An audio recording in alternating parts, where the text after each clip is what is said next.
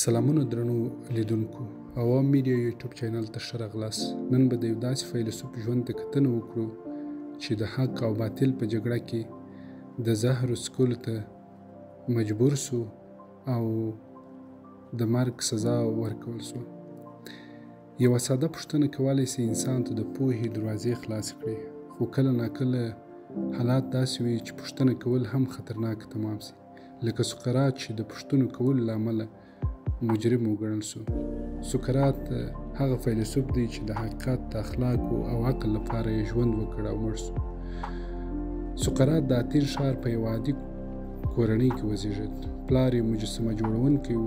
هغه نه ډېره شتمني لرل، نه یې شهرت درلود او نه یې هم یوه شتمنه کورنۍ لرل، خو ژور فکر یې درلود او تل د حق په لټه کې و.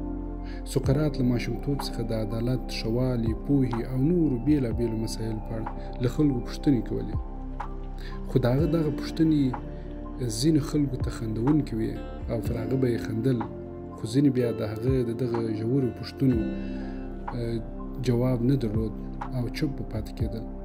سقراط یو جلا میتود د خلکو د پوهاوي دپاره درلود. سقراط کتابونه نه لیکل او نه یې خلکو ته ښوونه کول.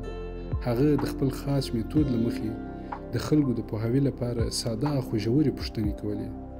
همدا د سقراط طریقه وه چې وروسته په سقراطي میتود ونومول سو. سقراطي میتود دی پوښتنه وکړه، غوږ سه، شک وکړه، بیا پوښتنه وکړه تر څو حقیقت څرګند سي.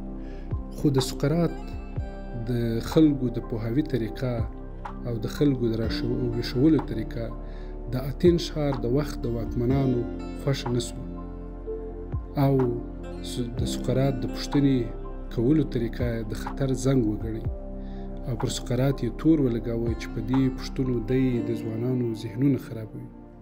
د هغه وخت واکمنان له هغه څه څخه بیرېدل چې د سقراط له خولې وتل او د خلکو د ویښولو لپاره چې سقراط کوم هڅه کول، دا د وخت واکمنانو د خپل ځان په تاوان باندې ګڼل. بالاخره سقراط په همدې تور ونیول سو او محکمې ته وړاندې سو چې سقراط د خلکو ذهنونه خرابوي، د ځوانانو ذهنونه خرابوي. سقراط ته وویل سوه په محکمه کې چې بخښنه وغواړه، غلی سه او ژوندی پاتې سه. خو سقراط وویل زه له حق ویلو څخه نه بلکې له ناحقه چوپتیا ډارېږم. سقراط ته په محکمه کې وویل سوه یا په خپل جرم اعتراف وکړه او دا ومنه چې ته د خلکو او ځوانانو فکرونه خرابوي او یا هم زهر وڅښه. سقراط دا تور قبول نه کړ او د زهرو پیاله یې پر سر پورته کړه او د خپل ژوند ته یې د پای ټکی کښېښود. سقراط مړ سو، خو فکر او فلسفه یې تر نن پورې ژوندي دي. نن نړۍ سقراط د یو مجرم نه بلکې د آزاد فکر د یو اتل په توګه پیژني.